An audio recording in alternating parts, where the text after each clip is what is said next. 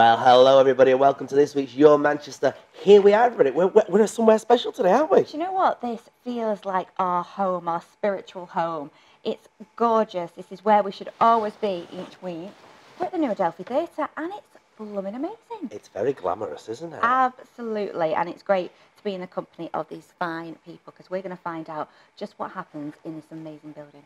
So, let's meet and greet who we've got with us, shall we? Introduce yourselves, please. Yeah, hello, Your Manchester. I'm Nikki Woods and I'm the Artistic Director of the new Adelphi Theatre and Studio. I'm Mark Fox. I'm the venue manager of the new Adelphi Theatre and Studio. And I'm Ashcott, and that rhymes. I'm front of house and audience development for the new Adelphi Theatre and Studio. See, I feel like we should have had you on the stage doing that kind of in like a chorus line state and then bowing and we could all go. I mean, harmony. We're behind the scenes. We do the planning. We leave the performing to people like yourself. And there's a lot of planning going on at the moment because it seems to be going from strength to strength to strength. Yeah. And it's not even been open that long, has it? Well, we had a launch this time last year. December the 1st. December the 1st, you see, they're experts. So we had a big launch, huge performance by Jim Cartwright and special guests. And from then we've sort of launched a programme of seasonal work, so plays, music, performance, new writing, comedy, student work as well. So we're really kind of mindful of putting a lot of the student work in a programme alongside professional work as well, so they can see their work and sort of aspire to great heights. Well, so we're in the new Adelphi building, and the new Adelphi building is part of the University of Salford, so we're on Peel Park campus. We've got a nice park off to stage left somewhere. Yeah. I don't know. You don't need to know about Oh, it's over there somewhere. Over there. And then we've got we've got the Arts Gallery, Manchester Art Gallery, and we've got Peel Building. So we're right in the heart of University of Salford, really. And when you did your launch, you had quite a few high-profile names, didn't you, for the launch night? Yeah. You talked about Jim Cartwright then. Yeah. I mean, obviously he's the man behind such great things like Two, Yeah. Road. Little Voice. Yeah, He was in 2 weeks ago Yeah, 2 with weeks Jane ago. Horrocks. Wow. I met Jane Horrocks. We all met Jane Horrocks. It was so She's lovely. exciting. She's really, And it was really good. sold Time out. to call a bubble. Yeah, it did. But actually what was really interesting about that was so we're trying to launch a conversation with Jim and either actors or writers or directors. And of course he'd worked really closely with Jane on the rise and fall of Little Voice. So she came in and what was great was just seeing that rich history between both of them. Is that what you're trying to do as well, kind of put homegrown talent into the theatre as well as getting some great production? Yeah, so I think we've got quite a huge reach. There's quite a sort of, I think it's an interesting demand on a theatre like this that's primarily in an education environment, but it's also in the heart of Salford, you know, just across the way there's sort of, you know, residential areas. So it's about how do we, it's not about saying, hey, come to our theatre. It's about us trying to find out what local communities want. Now, we are here with theatre royalty. Oh. The guy who's behind such amazing plays as Road, Two, or The Rise and Fall of Little Voice. There's one about a slag's deodorant. That's what, sir. Won't mention that. No. That's from my Noel Coward-inspired days. Jim, it's so great, Jim Cartwright. We've got him here in the house at the new Adelphi building. It seems really fitting to have you here. Oh, well, it's lovely to be here. Fantastic. Really great to meet you and to be here in the wonderful Salford Uni. I know, and it's amazing, though, to have somebody like you on board and doing collaborations with the students and kind of the theatre itself. How did that happen? Now you're asking. I've just got talking to Francis Piper, who's Force of Nature, who runs the drama department here.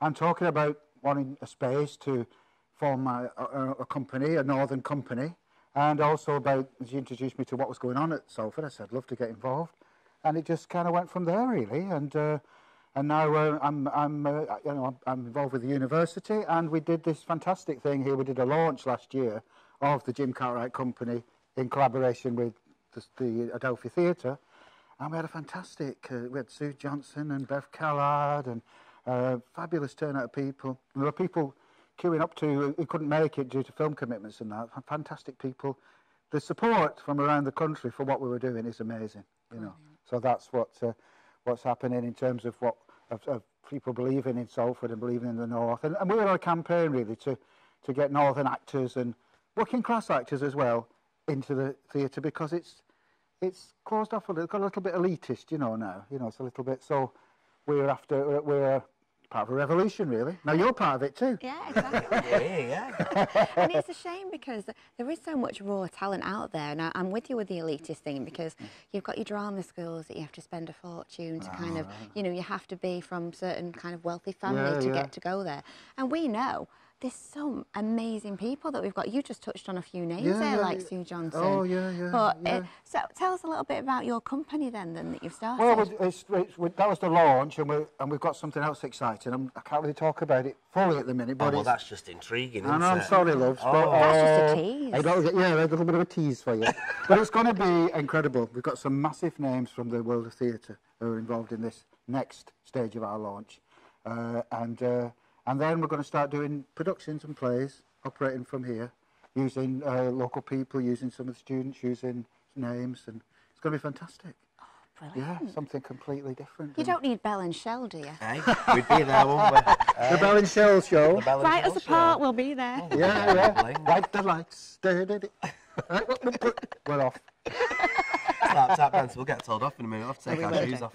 I tell you. So, how does it make you feel when all these people want to work with you, for you? How does it make you feel? Well, it's really humbling, to be honest. You feel really honoured. You know, you put it out there, and then you get all this response, and you think, wow, you know, I have not lived in vain. Good. And do you write with a particular person in mind now to kind of play the roles?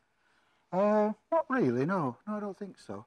Though saying that, The Rise and Fall of Little Voice, which is one of my plays, was I wrote it with Jane Horrocks in mind, yeah, because I knew that she could do impressions, and I knew what she was like, and so I wrote it kind of with that in mind. And she was fabulous. I mean, her Garland, incredible. Yeah.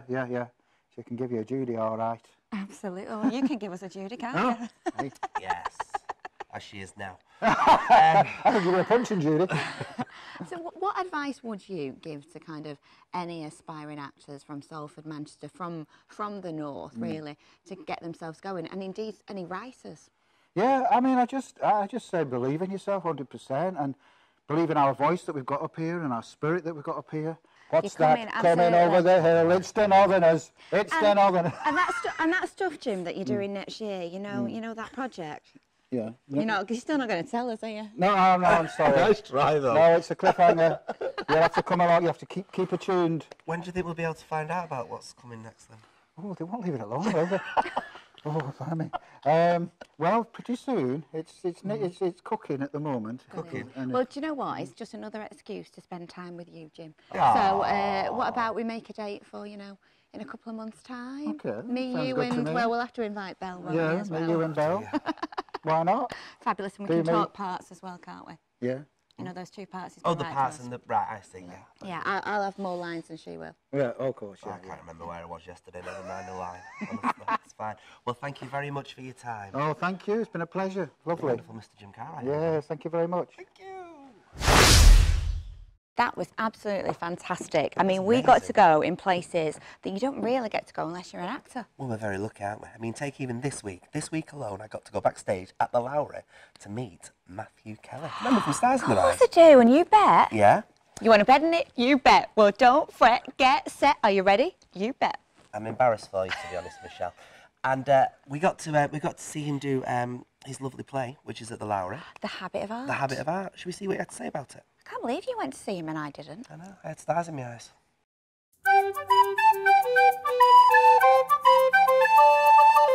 So here we are then in the dressing room of the Habit of Art, as I've called it, because I've been calling it all sorts.